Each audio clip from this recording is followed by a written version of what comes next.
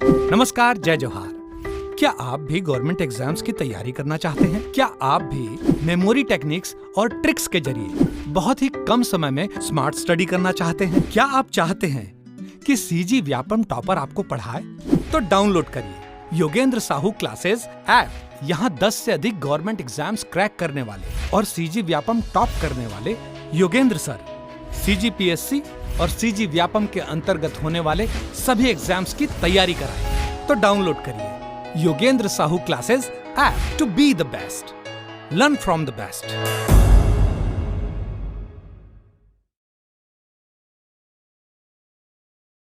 कोई भी सपना साकार करने के लिए सबसे जरूरी है सही कोच का होना। चुनिए Yogendra Sahu classes first rank को और करे अपने सीजी व्यापम सीजीपीएससी का सपना साकार। Download the app now. नमस्कार दोस्तों, स्वागत है आपका योगेंद्र साहू ऑनलाइन क्लासेस में। तो आज का हमारा टॉपिक है भारतीय साहित्य एवं साहित्यिक रचनाएं और इससे संबंधित ऑब्जेक्टिव देखेंगे। अगर अभी तक आपने हमारे चैनल को सब्सक्राइब नहीं किया है तो चैनल को सब्सक्राइब कर लीजिए और पीडीएफ डाउनलोड करने के लिए आप सर का application Yogendra Sahu classes download कर सकते हैं, जो प्ले स्टोर पर अवेलेबल है और उसका लिंक डिस्क्रिप्शन बॉक्स में दे दिया गया है। तो चलिए वीडियो को शुरू करते हैं। गीत गोविंद के रचयिता कौन है? तो गीत गोविंद के रचयिता कौन है? जयदेव। ठीक है, जयदेव। गीत गोविंद जयदेव, जबकि गीत गोविंद टीका किसने लिखा है? मीराबाई ने। ठीक है, आगे देखते हैं। कल्हण द्वारा रचित राज तरंगिणी निम्नलिखित में से किससे संबंधित है? तो कल्हण द्वारा रचित राज तरंगिणी किससे संबंधित है? कश्मीर के इतिहास से। ठीक है, कश्मीर के इतिहास से। कल्हण द्वारा रचित राज तरंगिणी में कश्मीर के इतिहास का वर्णन किया गया है। कल्हण ने जय सिंह 1127 से 1159 ईस्वी के शासनकाल में राज तरंगिणी की रचना की। जय सिंह लोहार वंश का अंतिम शासक था।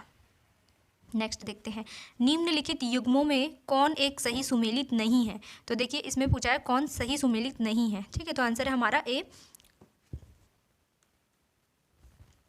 देखिए जो हमारा आंसर है ऑप्शन ए, कर्पूर मंजरी हर्ष। ठीक है, ये गलत है। तो बाकी जो तीन है ना, मालविका अग्निमित्रम ये कालिदास ने लिखा है, मुद्रा राक्षस विशाख दत्त ने लिखा है और सौदरानंद अश्वघोष ने लिखा है। ठीक है, गुर्जर प्रतिहार नरेश महेंद्रपाल के दरबार में राजशेखर था, जिसने कर्पूर मंजरी, काव्य मीमांसा, विदुषाल भंजिका, बाल रामायण आदि की रचना की। चलिए नेक्स्ट देखते हैं। किस अभिलेख में रुद्रदमन प्रथम की विभिन्न उपलब्धियां वर्णित है? तो किस अभिलेख में है? जूनागढ़। ठीक है, जूनागढ़ अभिलेख में रुद्रदमन प्रथम की विभिन्न उपलब्धियां वर्णित है।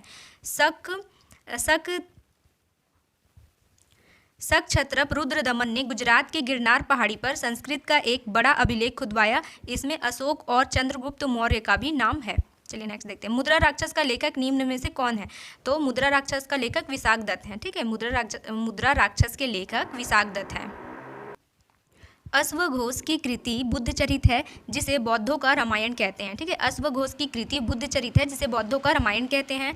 और भास स्वपन वासदत्ता चारुदत्तम और कालिदास कुमार संभवम, मेघदूतम, ऋतुसहार, मालविका अग्निमित्रम, अभिज्ञान शकुंतलम और विक्रमो वर्षियम आदि। चलिए नेक्स्ट देखते हैं। निम्नलिखित साहित्य की शास्त्रीय पुस्तकों में से कौन गुप्त काल में लिखी गई है? तो गुप्त काल में कौन लिखी गई है?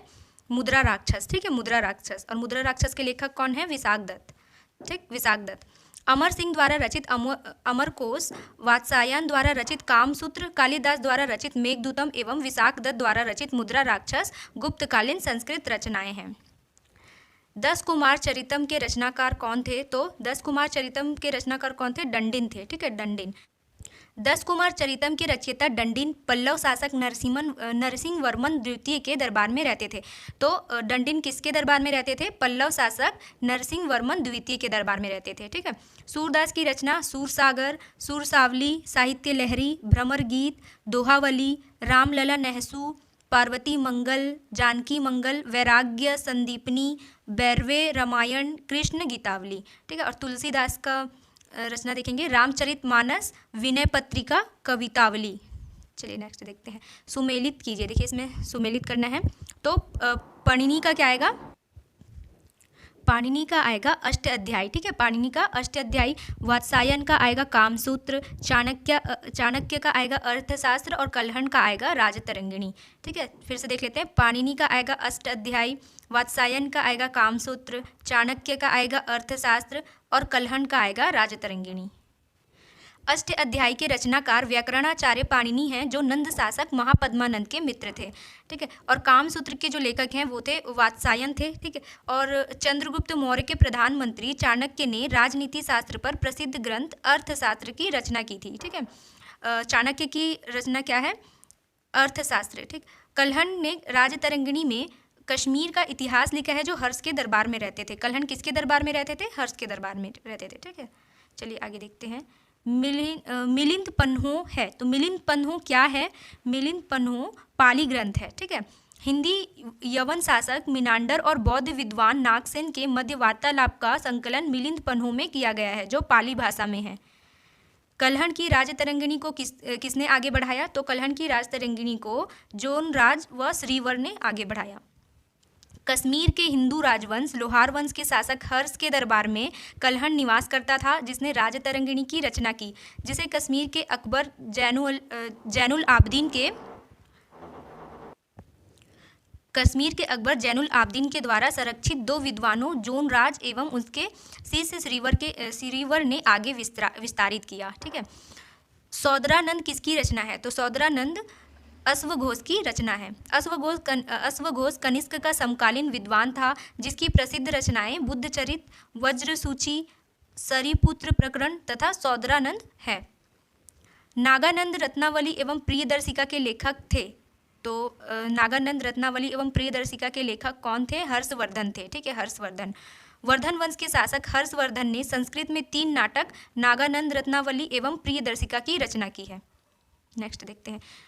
मनुस्मृति मुख्यतः संबंधित है, तो मनुस्मृति किससे संबंधित है? समाज व्यवस्था से, ठीक है, समाज व्यवस्था से। मनुस्मृति की रचना मौर्योत्तर काल में हुई है। इसमें मनु ने कठोर समाज व्यवस्था का निर्माण किया है। देखिए, निम्न युग्मों में से कौन सा सही सुमेलित है? तो कौन सा सही सुमेलित है ये पूछ रहा है। तो देखिए आंसर है हमारा पहला मृच्छकटिकम का शूद्रक, ठीक है। मृच्छकटिकम किसने लिखा था? शूद्रक ने लिखा था। फिर तीसरे नंबर पे मुद्रा राक्षस विशाखदत्त, ये भी सही हमारा। मुद्रा राक्षस किसने लिखा था? विशाखदत्त ने लिखा था, ठीक है। और फिर उसके बाद हर्षचरित, तो हर्षचरित किसने लिखा था? बाणभट्ट ने लिखा था। ये तीनों सही है। और जो बुद्धचरित की रचना है अश्वघोष ने की थी, ठीक है, वसुबंधु ने नहीं की थी। बुद्धचरित की रचना अश्वघोष ने की थी, तो ये वाला जो है दूसरा नंबर का ये गलत है। बुद्धचरित की रचना किसने की थी? अश्वघोष ने की थी। चलिए नेक्स्ट देखते हैं। कुमार संभवम महाकाव्य किस कवि ने लिखा है? तो कुमार संभवम महाकाव्य कालिदास ने लिखा है, ठीक है। कुमार संभवम महाकाव्य कालिदास ने लिखा है। कालिदास की रचनाएं देखिए, महाकाव्य है कालिदास का महाकाव्य कुमार संभवम और रघुवंशम, ये दोनों महाकाव्य हैं। और खंड काव्य क्या है? मेघदूतम ऋतुसंहार, ये खंड काव्य है। और नाटक है अभिज्ञान शकुंतलम और मालविका अग्निमित्रम। चलिए नेक्स्ट देखते हैं। गीत गोविंद काव्य के रचयिता कौन है? तो गीत गोविंद काव्य के रचयिता कौन है? जयदेव हैं, ठीक है, जयदेव। गीत गोविंद के रचनाकार जयदेव बंगाल के सेन वंश के शासक लक्ष्मण सेन के दरबार में रहते थे, ठीक है। जयदेव किसके दरबार में रहते थे? बंगाल के सेन वंश के शासक लक्ष्मण सेन के दरबार में रहते थे। चरक संहिता नामक पुस्तक किस विषय से संबंधित है? तो किस विषय से संबंधित है चरक संहिता? चिकित्सा से संबंधित है, ठीक है। कुषाण शासक कनिष्क के दरबार में प्रसिद्ध राजवैद्य चरक निवास करते थे, जिन्होंने औषधि शास्त्र के रूप में चरक संहिता की रचना की, जो चिकित्सा से संबंधित है। चलिए नेक्स्ट देखते हैं। कालिदास द्वारा रचित मालविका अग्निमित्रम नाटक का नायक कौन था? तो कालिदास द्वारा रचित मालविका अग्निमित्रम का जो नायक था वो अग्निमित्र था, ठीक है, अग्निमित्र था। शुंग वंशीय शासक पुष्यमित्र शुंग का पुत्र अग्निमित्र शुंग अगला शासक हुआ, जो कालिदास द्वारा रचित मालविका अग्निमित्रम का मुख्य पात्र था, जिसमें राजकुमारी मालविका एवं अग्निमित्र की प्रणय गाथा का वर्णन है।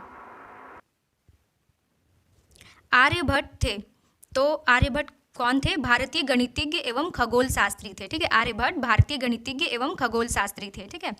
आर्यभट्ट ने 4वीं-5वीं शताब्दी में अपने पुस्तक आर्यभट्टीय में निम्न का वर्णन किया है। पहला, सूर्य स्थिर है एवं पृथ्वी घूमती है। दूसरा, चंद्र ग्रहण एवं सूर्य ग्रहण के कारण। और तीसरा है पृथ्वी की परिधि का पता लगाया। इन्हें त्रिकोणमिति का जन्मदाता माना जाता है और इन्होंने शून्य की खोज की है, ठीक है। तो शून्य की खोज किसने की है? आर्यभट्ट ने की है। चलिए नेक्स्ट देखते हैं।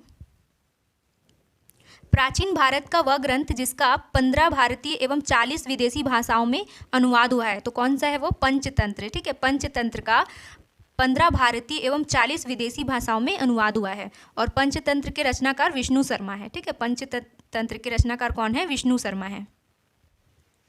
स्तंभ प्रथम रचना का स्तंभ द्वितीय लेखक से सुमेल करें। देखिए, एक तरफ रचना है और एक तरफ रचनाकार लेखक है। ठीक है, तो इससे सही सुमेलित करना है। तो देखते हैं, नागानंद का आएगा, नागानंद का क्या आएगा? हर्षवर्धन आएगा। ठीक है, हर्षवर्धन आएगा। हर्षचरित का आएगा बाण भट्ट। ठीक, हर्षचरित का आएगा बाण भट्ट। तुगलकनामा का आएगा अमीर खुसरो। तुगलकनामा किसने लिखा है? अमीर खुसरो ने। ठीक है, तुहाफत उल मुकैदीन आएगा राजा राममोहन राय। और फिर नील दर्पण आएगा दीन बंधु मित्र का। चलिए एक बार और देख लेते हैं। नागानंद का आएगा हर्षवर्धन, हर्षचरित बाण भट्ट, तुगलकनामा अमीर खुसरो, तुहाफत उल मुकैदीन राजा राममोहन राय और नील दर्पण दीन बंधु मित्र। नेक्स्ट देखते हैं, सूची 1 का मिलान सूची 2 से कीजिए। देखिए, इसमें भी सही मिलाना है। ठीक है, सही सुमेलित करना है। तो एक तरफ पुस्तक है और दूसरी तरफ रचनाकार। तो अष्ट अध्यायी किसकी रचना है? तो अष्ट अध्यायी पाणिनि की रचना है। ठीक है, मेघदूत किसकी है? तो कालिदास की है। ठीक है, कालिदास इसके रचनाकार हैं मेघदूत के। और राजतरंगिणी किसकी है? कल्हण। ठीक है, कल्हण की। अष्टाध्यायी के रचनाकार पाणिनि हैं, मेघदूत के रचनाकार कालिदास हैं और राजतरंगिणी के रचनाकार कल्हण हैं। चलिए नेक्स्ट इसमें भी वही है, सूची 1 को सूची 2 के साथ मिलाना है। ठीक है, सही। एक तरफ लेखक हैं और एक तरफ रचनाएं हैं। तो देखिए, आर्यभट्ट का क्या आएगा? तो आर्यभट्ट का आएगा सूर्य सिद्धांत। ठीक है, आर्यभट्ट का सूर्य सिद्धांत। ब्रह्मगुप्त का आएगा बृहत संहिता। और वराहमिहिर का आएगा सिद्धांत शिरोमणि। भास्कर का आएगा खंड्य खांडक्य। ठीक है, खंड खांडक्य। और पेलाकप्या का आएगा हस्तायुर्वेद। ठीक है, हस्तायुर्वेद। चलिए एक बार और देख लेते हैं। आर्यभट्ट का आएगा सूर्य सिद्धांत। वराहमिहिर का ब्रह्मगुप्त का आएगा बृहत संहिता। वराहमिहिर का आएगा सिद्धांत शिरोमणि। और भास्कर का आएगा खंड खांडक्य। पेलाकप्या का आएगा हस्तायुर्वेद। ठीक है,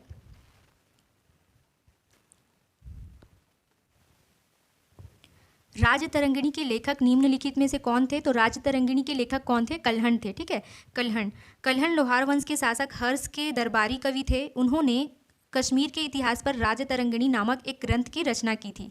नेक्स्ट देखते हैं, कल्हण की राजतरंगिणी की तरह एक इतिहास की पुस्तक गोंडवाहो लिखी थी। तो किसने लिखी थी? आंसर है हमारा वाकपति ने लिखी थी। ठीक है, वाकपति ने। गोंडवाहो वाकपति की रचना है। यह 8वीं सदी में प्राकृत भाषा में रचित कन्नौज के शासक यशोवर्मन का वर्णन है। प्राचीन भारत के विद्वानों साहित्यकारों के संदर्भ में निम्नलिखित कथनों पर विचार कीजिए। देखिए, इसमें से कौन सा सही है ये पूछा है। तो आंसर जो है हमारा ऑप्शन सी, तीसरा नंबर, कालिदास चंद्रगुप्त द्वितीय से संबंधित है। ठीक है, कालिदास जो हैं चंद्रगुप्त द्वितीय के दरबारी कवि थे और 9 रत्नों में से एक थे। चलिए नेक्स्ट देखते हैं, प्राचीन भारत के इतिहास के संदर्भ में निम्नलिखित कथनों में कौन सा सही है? तो कौन सा सही है ये देखना है।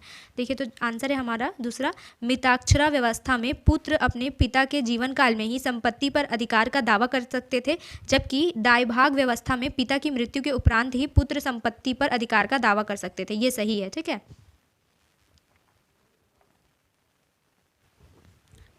मुद्रा राक्षस नाटक किसने लिखा था? तो मुद्रा राक्षस नाटक किसने लिखा था? विशाख दत्त ने लिखा था। ठीक है, मुद्रा राक्षस नाटक विशाख दत्त ने लिखा था। पंचतंत्र का फारसी भाषा में अनुवाद करने वाले लेखक का नाम क्या है? तो पंचतंत्र का जिसने फारसी में अनुवाद किया था उस लेखक का नाम अबुल फजल है। ठीक है, अबुल फजल है। चलिए आज के लिए इतना ही, मिलते हैं नेक्स्ट वीडियो में। अगर वीडियो पसंद आई हो तो वीडियो को लाइक कीजिएगा और ज़्यादा से ज़्यादा शेयर कीजिएगा। धन्यवाद।